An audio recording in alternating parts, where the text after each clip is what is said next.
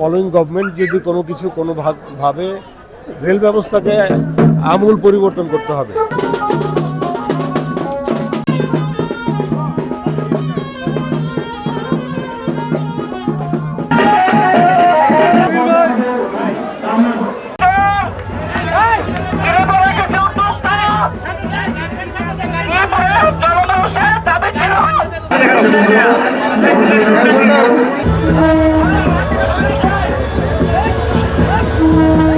আমরা এত পেছনে, আমাদের প্রকৃতপক্ষে রেল ব্যবস্থা অনেক আধুনিকায়ন করতে হবে।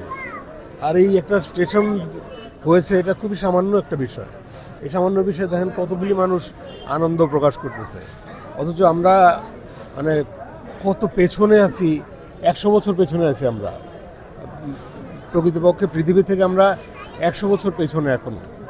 এই পেছনে থাকাটা আমরা যদি আগায় আনতে পারি, ফলোয়িং গভর্নমেন্ট যদি কোনো কিছু কোনো ভাবে রেল ব্যবস্থাকে আমূল পরিবর্তন করতে হবে। এক্সট্রিম মশার কয়েল প্ল্যান্ট ফাইবার দিয়ে তৈরি, ডেঙ্গু চিকুনগুনিয়া বাহি সহ যে কোনো মশার বিরুদ্ধে দেয় এক্সট্রিম সুরক্ষা। 3 বছর যাবৎ যেই কষ্ট যন্ত্রণা ভোগ করছি, আমরা যেভাবে চট্টগ্রাম সিপি স্টেশনে ওইখানে গেলাম, তারপরে রেল মন্ত্রণালয়ে গেলাম, এই পর্যন্ত 3 বছর ধরে দৌড়দৌড়ি করতেছি। শেষমেশ আমাদের এই কাজ সম্পূর্ণ হয়েছে। এই পর্যন্ত টিকিট আপ ডাউন হবে, এই যাত্রীরা সবাই টিকিট স্বাচ্ছন্দ্যভাবে টিকিট কাটতেছে, সবাই আসা যাওয়া করবে। আমার এই টিকিট কাটা দেখে আমার খুব আনন্দ লাগতেছে। সবাই যেন টিকিট কাটে, আরও যেন এই টিকিট দেখে শ্রীপুর মানুষ ভালো সভ্য, গভর্নর মতো না, অন্য দেশের মতো না, আমাদের শ্রীপুর খুবই ভালো। তাহলে এখন সবাই টিকিট কাইটা আসুক, আরও যেন আমরা ট্রেন পাই। বিষয়টা হলো, এই শ্রীপুর একটা জনবহুল এলাকা।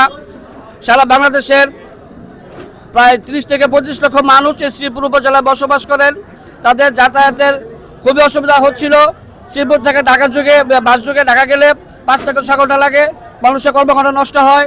সেজন্য তপনমণিক দাদার আহ্বানে আমরা কিছু উদ্যোক্তা শ্রীপুরের জনগণের স্বার্থে আমরা একটা উদ্যোগ গ্রহণ করি।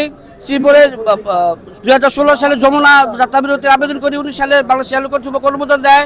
পরবর্তীতে সংকলন না হওয়ায় যাত্রা অসুবিধা হয়।